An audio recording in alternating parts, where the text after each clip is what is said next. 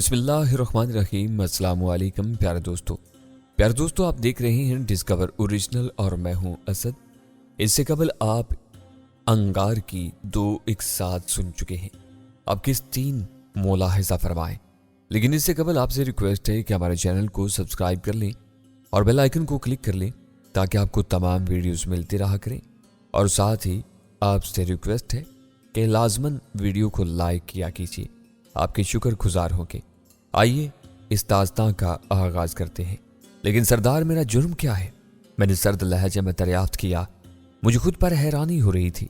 اس قدر خوفناک صورتحال کا شکار ہونے کے باوجود میرے دل میں کسی قسم کی دہشت، کسی قسم کا خوف پیدا نہیں ہو رہا تھا۔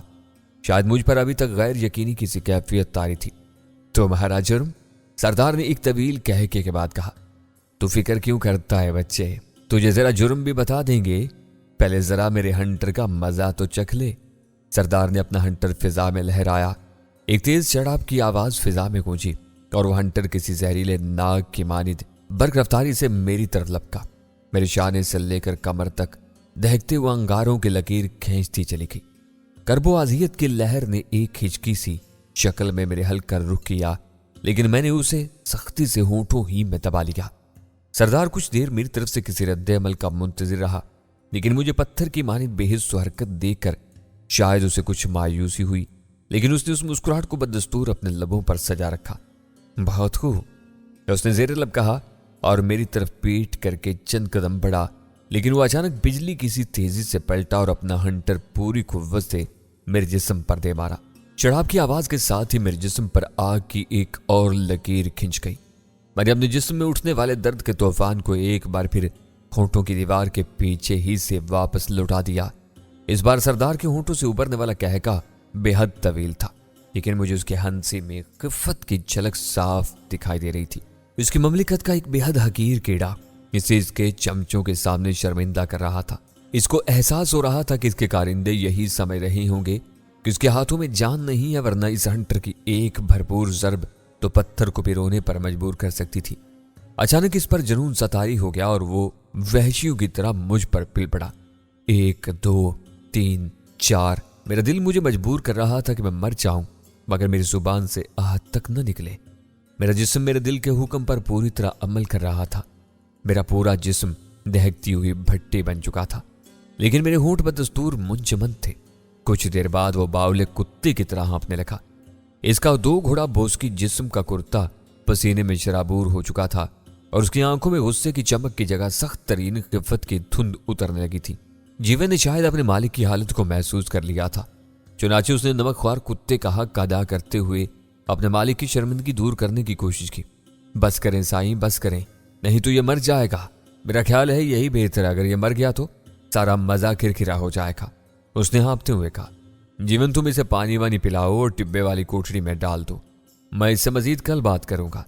میں اپنے زخموں سے رستے ہوئے خون کے قطروں کو رینگتے ہوئے کینچوؤں کی مانند اپنے پورے جسم پر پھیلتے ہوئے محسوس کر رہا تھا، لیکن میرے جسم میں اٹھنے والا درد و کرب کا سیلاب ایک دوسرے زیادہ طاقتور طوفان کے سامنے ہتھیار ڈال چکا تھا۔ یہ خوفناک طوفان تھا، شدید ترین نفرت کا طوفان، جو کہ میری رگ رگ میں پھنکارے مارتا ہوا میرے دماغ کی طرف بڑھ رہا تھا۔ اب تو میرا قصور بتا دو رتا سائیں۔ میرے لہجے میں طنز کا زہر تھا۔ وہ یکلخت چونک پڑا۔ اس کے لبوں پر ایک بار پھر مسکراہٹ نمودار ہوئی۔ تمہارا قصور؟ ہاں ضرور بتاؤں گا تمہارا قصور، پہلے ذرا یہ گلاس ختم کر لوں۔ اس نے اسکاچ وhisky کا ایک لمبا گھونٹ بھرتے ہوئے کہا، اور پھر 2 ہی گھونٹ میں اس کا گلاس خالی ہو گیا۔ تمہیں وہ گھوڑی یاد ہے جس کے پیروں میں تم نے پچھلے ہفتے نالیں ٹھونکی تھی؟ ہاں وہی، جس کا رنگ چمکدار سیاہ تھا۔ وہ گھوڑی کل مر گئی، لیکن وہ مر کیسے گئی رتا سائیں؟ میں نے حیرت سے پوچھا۔ وہ کیسے مر گئی؟ ایسے مر گئی کہ میں نے اپنے قیمتی کولٹ پستول کی گولی اس کے سر میں اتار دی، لیکن نہیں، اسے میں نے نہیں، تم نے مارا ہے۔ تم قاتل ہو اس کے، لیکن میں نے اسے کیسے مار دیا سردار؟ ابھی بتاتا ہوں، سب کچھ بتاتا ہوں، ذرا چھری کے نیچے دم لے۔ اس کے ساتھ ہی اس نے ایک اور زوردار کہکا لگایا۔ وہ لگاتار تیسرا گلاس چڑھا چکا تھا اور شاید الخبائث اس کے دماغ پر قابو پانے لگی تھی۔ میں نے تمہیں کہا تھا نا کہ عربی نسل کی یہ نجیب الطرفین گھوڑی بے حد قیمتی ہے۔ جانتے ہو میں نے وہ کتنے میں خریدی تھی؟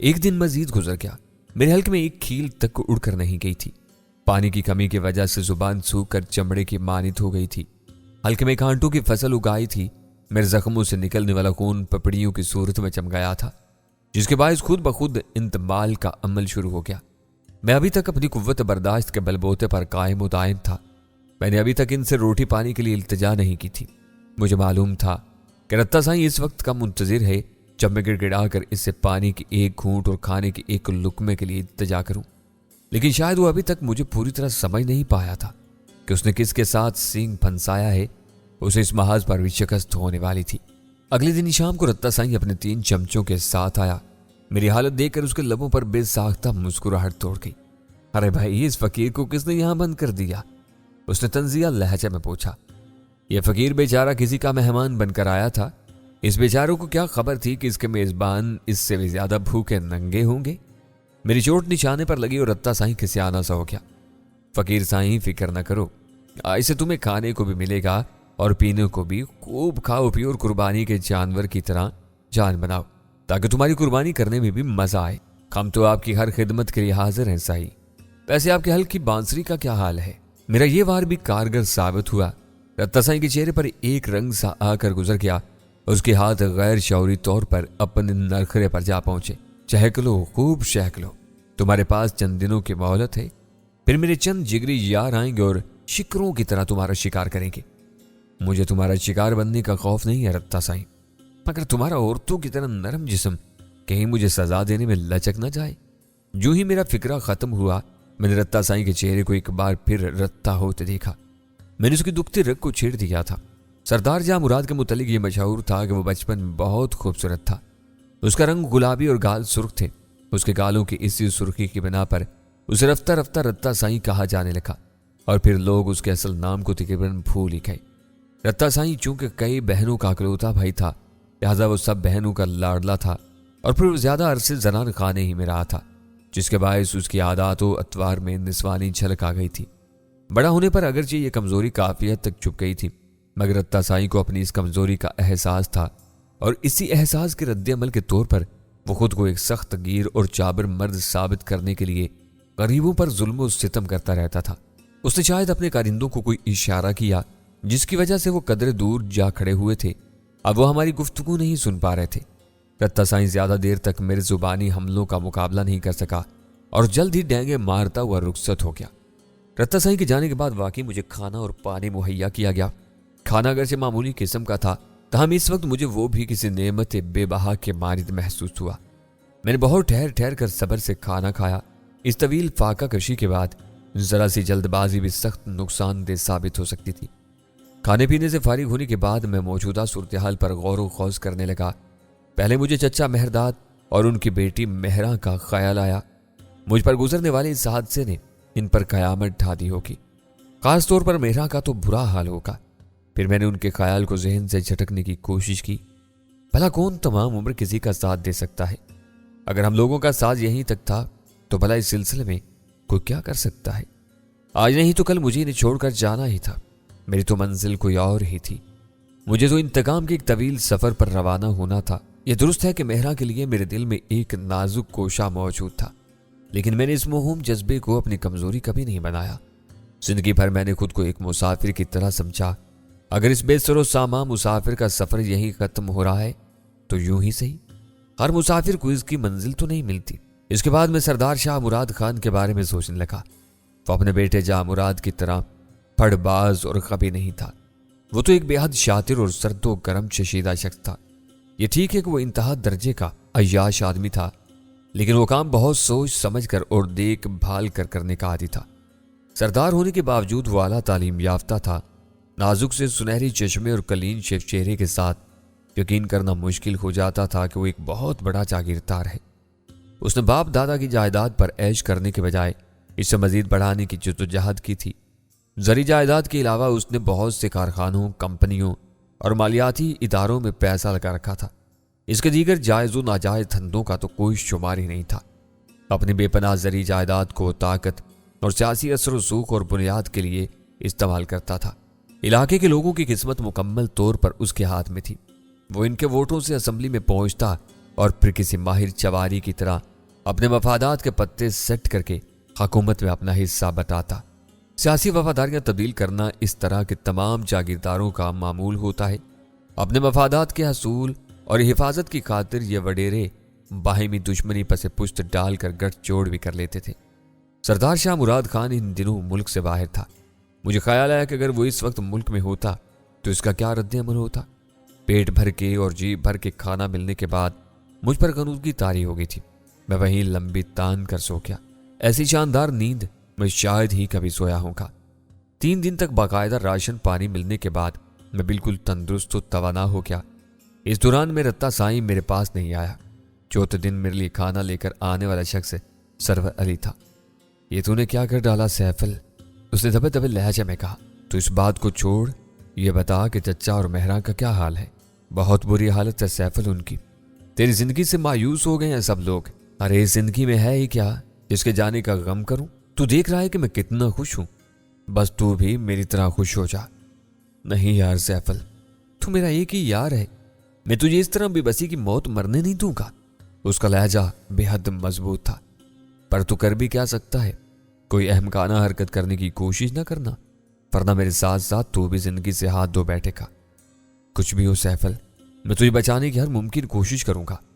اگلی صبح بھی میرے لیے کھانا سرور علی ہی لایا۔ میں نے رات ہی کو رتا سائیں اور وڈے سائیں کی فون پر گفتگو سنی ہے سیفل، سرور علی نے دہشت سے بھرپور لہجے میں کہا۔ رتا سائیں کے زمیندار دوست کل آئیں گے، اس کے بعد وہ تمہارے ساتھ بلی اور چوہے کا کھیل کھیلیں گے۔ کس قسم کا کھیل سرور؟ میں نے گہری سنجیدگی سے پوچھا۔ رتا سائیں وڈے سائیں کو فون پر تمہارے متعلق بتا رہا تھا۔ وہ ہنس ہنس کر گیم، شکار وغیرہ کا ذکر کر رہا تھا۔ ان کا ارادہ ہے کہ اپنے معزز مہمانوں کے یہاں آنے کے بعد وہ تیرے ہاتھ پاؤں باندھ کر کسی ویران پہاڑی علاقے میں لے جائیں گے۔ رتا سائیں اپنے ہم شغل دوستوں کے ساتھ تیرے پیچھے پیچھے ہوں گے۔ ان کے پاس دوربینیں اور شکاری بندوقیں ہوں گی۔ اس علاقے میں پہنچ کر یہ لوگ تیرے ہاتھ پاؤں کھول کر تجھے آزاد کر دیں گے اور پھر خود جیپیں لے کر تیرے تعاقب میں نکل کھڑے ہوں گے۔ یہ لوگ تجھے پہاڑی لومڑی کی طرح شکار کرنا چاہتے ہیں، لیکن یہ تجھے فوراً نہیں ماریں گے۔ یہ تجھے دوڑا دوڑا کر سسکا کر مارنا چاہتے ہیں۔ ان کی بات چیت سے پتا چلا کہ یہ لوگ یہ کھیل پہلی بار نہیں کھیل رہے ہیں۔ یہ لوگ پہلے بھی بارہا یہ شیطانی وحشیانہ کھیل کھیل چکے ہیں۔ سرور علی اپنی بات ختم کر چکا تھا، لیکن میں کسی پتھر کی مانند ساکت و صامت بیٹھا تھا۔